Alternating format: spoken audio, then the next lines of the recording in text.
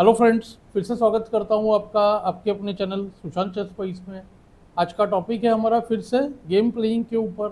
जैसे हम every weekends में करते हैं, तो हम 3-2 का गेम करेंगे और देखेंगे कि कौन सा गैम्बिट यूज़ करने मिलता है। तो चलिए गेम स्टार्ट करते हैं आज का। तो फिर से आया है वाइट पीसेस, कल भी वाइट पीसेस था।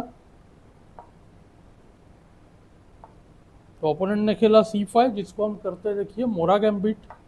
CD को C3, DC को नाइट टेक C3। ये काफ़ी पॉपुलर है, D3 करके गैम्बिट नहीं देना। इसमें होता क्या है, C3 पे पॉन होने के वजह से नाइट को जगह नहीं मिलता C3 पर हम C4 का सेटअप चूज करेंगे। मारोक्जी बाइंड का पॉन C4 पे आएगा और E4 पर। चलिए डेवलपमेंट करते हैं। तो इस तरह से पॉन C4 पे आएगा देखिए, और फिर नाइट C3, और कोई पॉइंट पे वाइट जो है नाइट D5 करता है। और काफ़ी बार BG4 रोका जाता है H3 करते हुए।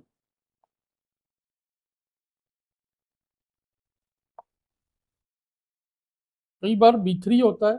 B3 को बहुत बार knight take C4 interesting variation बनता है।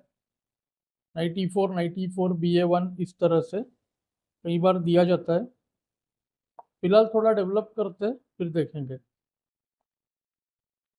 नाइट E5 लाना चाहता है ओपोनेंट, और अभी के लिए देखिए B3 रोका भी है।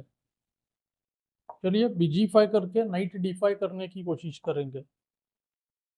देखिए इंटरेस्टिंग आइडिया है। बिशप को इस डायगोनल से हटा दिया उसने। शायद G5 करना चाहे, बहुत रिस्की है G5, पर हो सकता है ND5 के बाद ऑप्शन हो G5 करने का। पर मुझे लगता है कि थोड़ा सा जो देखिए किंग साइड पे थोड़ा देखिए वीकनेस बन रहा है G6 और H6 का स्क्वायर। काफी रिस्की आइडिया है। बिशप देके स्ट्रक्चर स्पॉइल किया है। बिशप रखेंगे और ट्राई करेंगे कि कोई पॉइंट पे E5 से पोजीशन ओपन हो। किंग साइड अटैक बनने के चांसेस बहुत हैवी है। एक प्लान आप देख सकते हो, क्वीन D2 करना, और फिर क्वीन को F4 ले जा सकते हैं। और ये जो रुक है ये D1 पे आना चाहता है।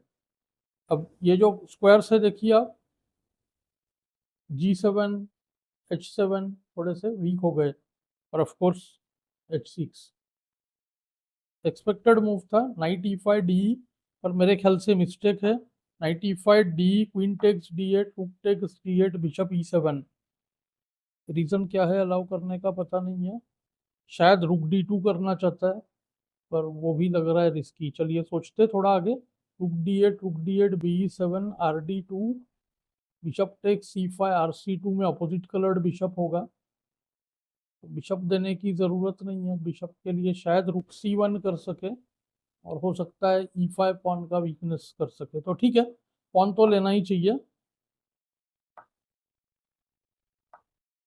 रुक D2 ओनली मूव, वरना नाइट और रुक दोनों अटैक्ड है। अरे एक्सचेंज दे दिया ओपोनेंट ने। चलिए ले लेते हैं PD8। इसके पीछे का आइडिया क्लियर नहीं है। रुक D1 B1 ऑप्शन है, F4 ऑप्शन है, F4 E5 करना। चलिए रुक D1 करते हैं। इस रुक के लिए B1 का स्क्वायर रहेगा। BB3, C5 करने की कोशिश करेंगे। C5 करते ही मेरे ख्याल से गेम विनिंग होना चाहिए। और रुक हम यहाँ से डबल कर सकते हैं D6 लेते हुए। देखिए C5 रोका है, और नाइट आप देख रहे हो, नाइट B7, नाइट C5 आना चाहता है। कुछ पोजिशनल प्ले बनाना चाह रहा है। मैं सोच रहा हूँ C5 करके पॉन दे देते हैं, बढ़िया रहेगा। चलिए C5 करने से D5 का स्क्वायर ले लेते हैं पॉन देते हुए। इससे क्या होगा, रूक फ्री हो जाएगा, रूक को 7th रैंक एक्सेस मिल जाएगा।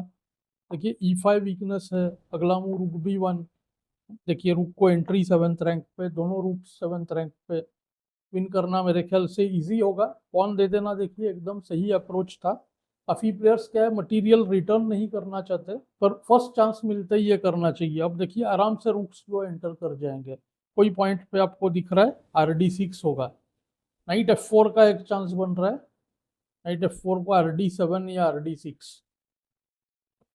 चेक में देखिए C3 मिलेगा, पर दोनों रूक 7th रैंक होंगे। तो चलिए ओपोनेंट शायद रुक C7 करना चाहता है, मेरे ख्याल से रुक C7 ब्लंडर है, टेक्स टेक्स नाइट चेक में लॉस होगा।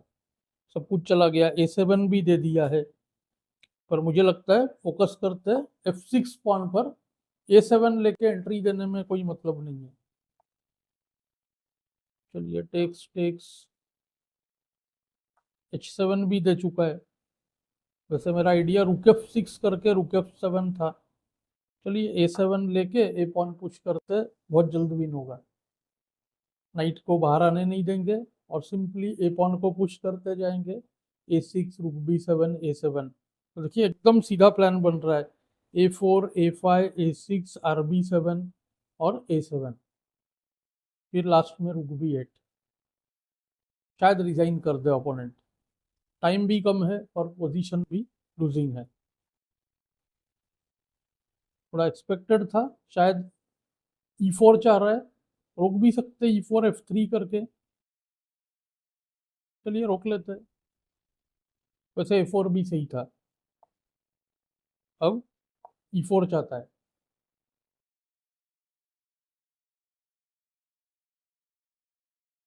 चलिए रुक D8 से नाइट को थ्रेटन करते हैं। अब थ्रेट है रुक A8। चलिए रुक A8 करते, रुक F6 फोर्स्ड। इसमें देखिए रिजाइन करने में इजी होगा ओपोनेंट को। सब ट्रेड करते हुए F8 पर जस्ट ए पॉन की क्वीन बनाएंगे तो ओपोनेंट को देखिए पता चल जाएगा कि गेम लॉस्ट है। तो ऐसे में क्या, ओपोनेंट का स्ट्रगल जो है ज़्यादा नहीं रहेगा, ओपोनेंट को पता चलते ही रिजाइन कर देते हैं प्लेयर्स। तो गेम को लंबा खींचने से अच्छा है कि इस तरह से हम अपोनेंट को फोर्स करें रिजाइन करने पर। तो मेरे ख्याल से जो टर्निंग पॉइंट था जहाँ पे गेम इजीली कन्वर्ट हुआ वो था C5। पॉन रिटर्न करके बिशप ट्रेड कराया हमने और रूक के लिए ओपन फाइल ले लिया। ऑफ कोर्स ओपोनेंट का प्ले थोड़ा वीक था, पर आप देखो गैम्बिट से क्या हो गया, हमने थोड़ा सा अनसेटल कर दिया ओपोनेंट को। आगे चल के देखेंगे हम किस लेवल के प्लेयर्स के साथ तक ये जो गैम्बिट्स है ये सक्सेसफुली यूज कर सकते हैं। तो मुझे उम्मीद है आपको इस लेसन में से कुछ अच्छा सीखने मिला होगा। मुझे कमेंट्स में ज़रूर बताएं। Thanks for your time.